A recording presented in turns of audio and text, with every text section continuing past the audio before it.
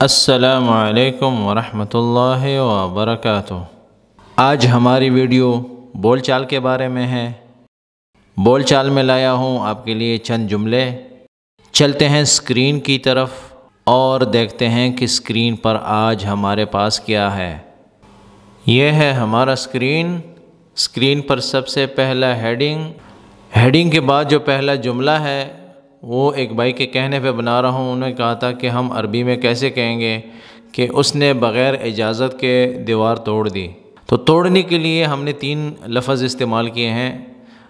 ہوا جو ہے مبتدا ہے، ٹھیک ہے، ہو یعنی اس نے، ہو بول چال میں ہم بولیں گے نا ہو۔ طیح گرایا اس نے، طیح گرایا۔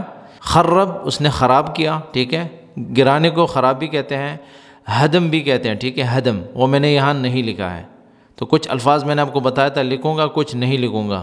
ہدم بھی کہتے ہیں، ہو ہدم یا ہو طیح یا ہو خرب یا ہو کسر۔ تو توڑنے کو کسر بھی کہا جاتا ہے، ٹھیک ہے، ہو کسر الحیط یا ہو طیح الحیط، طیح الحیط۔ تو اسی طرح جو ہے نا الفاظ پر جو نقطے لگتے ہیں، نقطے نکالتے ہیں، اس سے جو ہے نا پورا معنی چینج ہوتا رہتا ہے۔ تو ہو ہدم، ٹھیک ہے، الحیط یہ بھی بول سکتے ہیں کہ اس نے گرایا۔ توڑنے کو کسر بھی کہتے ہیں۔ طیح جو ہے گرانے کے لیے استعمال ہوتا ہے، کیونکہ دیوار جو ہے وہ گرائی جاتی ہے، ٹھیک ہے۔ تو ہم نے توڑنے کے لیے بھی لفظ استعمال کیا ہے کسر، ٹھیک ہے، ہو کسر الحیط۔ ہم اگر توڑنے کے لیے استعمال کریں گے ہم بولیں گے ہو کسر الحیط، توڑ دیا اس نے۔ کوئی بھی چیز کوئی توڑتا ہے تو اس کے لیے جملہ استعمال ہوگا ہو کسر، جو بھی چیز ہوگی اس کے بعد کسر کے بعد وہ لفظ استعمال کیا جائے گا۔ ہو کسر گزاز، ہو کسر کوب، یا ہو کسر جو بھی چیز ہوتی ہے اس کا نام لیتے ہیں آپ بعد میں۔ تو ہو طیح اس نے گرایا، ہو خرب اس نے خراب کیا، برباد کیا، ہو ہدم اس نے گرایا، ٹھیک ہے، ڈیمولش کیا، ہو کسر اس نے توڑ دیا، الحیط دیوار کو۔ ایدار بھی بولتے ہیں، جدار بھی بولتے ہیں، جدار فصحى میں استعمال ہوتا ہے اور حیط بھی استعمال ہوتا ہے۔ اور ایدار جو ہے کچھ لوگ جو ہے نا جدار کو ایدار بولتے ہیں، ایدار، ٹھیک ہے، حیط ایدار دونوں استعمال ہوتے ہیں الفاظ۔ ہو کسر الحیط بدون اذن، بدون اذن، بدون بغیر اذن اجازت کے، اس نے بغیر اجازت کے دیوار توڑ دی۔ تو توڑنے کے لیے استعمال ہوتے ہیں الفاظ اس طرح کے۔ تو اس نے توڑ دی کے لیے طیح گرا دی، ہدم ڈیمولش کر دی، خرب خراب کیا، کسر توڑ دی، کسر، ٹھیک ہے، کسر الحیط یا کسر الادار، لیکن حیط استعمال ہوتا ہے بول چال میں۔ ہو کسر الحیط، ہو ہدم الحیط بدون اذن، ہو طیح الحیط بدون اذن، ہو طیح، ہو خرب، ہو کسر، ہو ہدم الحیط یا ایدار بدون اذن۔ ایدار جو ہے وہ جدار سے نکلا ہے، اس لیے میں نے یہاں پہ لکھا ہے اس کو، لیکن حیط جو ہے بول چال میں استعمال کیا جاتا ہے، حیط۔ یا ہم اگر نارمل بولتے ہیں نا بول چال میں، جب ہم جملہ استعمال کرتے ہیں، جب کسی سے لڑائی جھگڑے میں ہوتا ہے یا کسی سے غصے میں بات کرتے ہیں، تو ہم یہ نہیں بولیں گے کہ ہو کسر الحیط یا ہو ہدم الحیط بدون اذن، ہم بولیں گے ریال ما ترخص عشان يهدمه۔ تو بول چال میں ہم جو جملہ استعمال کرتے ہیں نا، ہم بولتے ہیں ریال ما ترخص عشان يهدم الحيط، اس طرح بول چال میں بولا جاتا ہے۔ ریال ما ترخص اس نے اجازت نہیں لی، عشان يهدم الحيط، يهدم الحيط، عشان يكسر الحيط، عشان يهدم الحيط، هو ما ترخص بدون اذن یا ما ترخص دونوں بول سکتے ہیں۔ ریال ما ترخص یا هو ما ترخص عشان يطيح یا يكسر الحيط، تو بدون اذن جو ہے وہ فصحى میں بھی استعمال ہوتا ہے۔ تو هو ما ترخص، ریال ما ترخص عشان يكسر یا يهدم الحيط۔ شيء تسرب من السقف يوم يجي مطر، شيء تسرب من السقف يوم يجي مطر، جب بارش ہوتی ہے تو چھت سے پانی گرتا ہے۔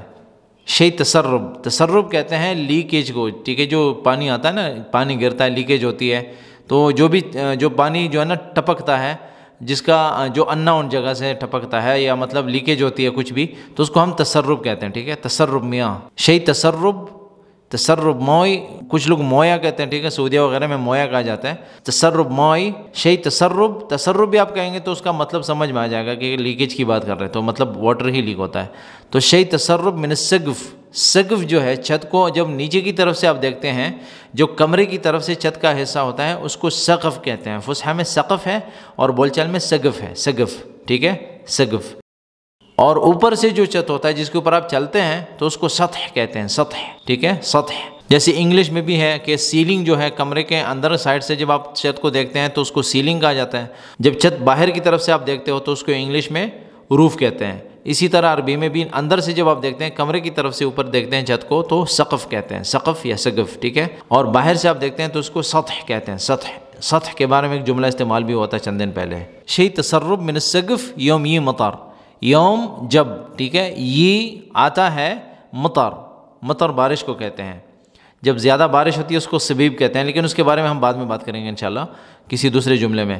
تو یہاں پہ یہ جو ہے کہ ہم کہتے ہیں کہ جب بارش ہوتی ہے تو چھت سے پانی گرتا ہے، تو اس کے لیے ہم اس طرح کے الفاظ استعمال کریں گے. شی تسرب یا یوم یہ مطر فی تسرب من السقف، من فوق، من فوق بھی کہہ سکتے ہیں کہ اوپر سے، ٹھیک ہے. شی تسرب من السقف یوم یہ مطر. تو یہ جملہ آپ اپنے پاس جو ہے نا سیو کر لیں دماغ میں کہ یہ الفاظ جو ہیں اس کے یہ نیچے جو اردو میں ہیں یہ معنی ہیں، تو یہی الفاظ ہم نے استعمال کرنے ہیں، آگے پیچھے استعمال کر سکتے ہیں الفاظ کو، تو کوئی مسئلہ نہیں ہوتا. تو مثال کے طور پر ہم یہ کہہ سکتے ہیں یوم یہ مطر شی تسرب من السقف. تو یہ دو جملے ہیں، شی تسرب من السقف، یوم یہ مطر.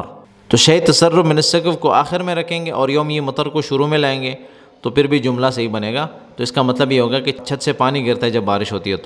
تو سیم چیز ہے، جس طرح ہم اردو میں الفاظ کو، جملوں کو اپنی مرضی سے استعمال کرتے ہیں، بول چال میں یہی ہوتا ہے کہ آپ بول چال میں الفاظ کو اپنی مرضی سے استعمال کر سکتے ہیں، لیکن اس کے معنی سمجھنے ہوتے ہیں بس. تسرب کہتے ہیں ٹپکنے کو، پانی جب ٹپکتا ہے، لیکیج ہوتی ہے تو اس کو ہم تسرب کہتے ہیں، ٹھیک ہے. اور سقف جو ہے، سقف، وہ چھت کو کہتے ہیں اندر کی طرف سے. یوم کا مطلب جب ہے، دن کو بھی کہا جاتا ہے، لیکن آپ کو بتایا تھا کہ موقع محل پہ جو ہے نا الفاظ عربی میں استعمال ہوتے رہتے ہیں. اور یہ کا مطلب ہے آتا ہے، تی آتی ہے، یہ آتا ہے، یہ آتا ہے. مطر بارش کو کہتے ہیں، مطر. بارش کے لیے مختلف الفاظ استعمال ہوتے ہیں. جب آہستہ بارش برستی ہے اس کا الگ نام ہوتا ہے، جب تیز بارش برستی ہے اس کا الگ نام ہوتا ہے، اولے برستے ہیں اس کو الگ کہا جاتا ہے. تو ان پر بھی ہم انشاءاللہ ایک ویڈیو بنائیں گے بارش کے بارے میں کہ بارش کے کون کون سے نام ہیں، کس کس موقع پہ جو ہے نا بارش کو کون کون سا نام لیا جاتا ہے. شی تسرب من السقف یوم یہ مطر، شی تسرب من السقف یوم یہ مطر. سوي تصليح یا سوي اصلاح السقف، صلح، صلح السقف، لازم تصلح السقف. اس کا مطلب ہے سوی کا مطلب آپ کریں یا آپ کرا دیں، ٹھیک ہے. سوی، اصلاح یا تصلیح مرمت کو کہتے ہیں، ٹھیک ہے، مرمت. اور السقف جو ہے آپ کو بتایا تھا کہ چھت کی. تو ہم سطح بھی کہہ سکتے ہیں، سقف بھی کہہ سکتے ہیں، کیونکہ ہم اردو میں چھت کو تو اندر کی طرف سے جب دیکھتے ہیں تو اس کو بھی ہم چھت کہتے ہیں، اوپر کی طرف سے دیکھتے ہیں تب بھی ہم اس کو چھت ہی کہتے ہیں. لیکن یہاں پہ میں نے سقف لکھا ہے، ٹھیک ہے. سطح بھی لکھ سکتے ہیں، ہم دونوں لکھ سکتے ہیں. اوپر سے ہو تو ہم کہیں گے سوی تصلیح السطح یا سوی تصلیح یا اصلاح السقف. صلح، ٹھیک ہے، صلح السقف یا صلح السطح یا عدل. عدل کا مطلب ہے ٹھیک کر دو، ٹھیک کرنے کو کہتے ہیں عدل. عدل السقف یا عدل السطح یا صلح السقف یا صلح السطح یا سوی تصلیح السقف یا سوی تصلیح السطح. تو اس طرح کے الفاظ استعمال ہوتے ہیں. سوی آپ کرا دیں، اصلاح یا تصلیح یا صلح یا عدل، ٹھیک ہے. تعدیل بھی کہا جاتا ہے، تعدیل موڈیفیکیشن کو بھی کہا جاتا ہے، ٹھیک کرنے کو بھی کہا جاتا ہے.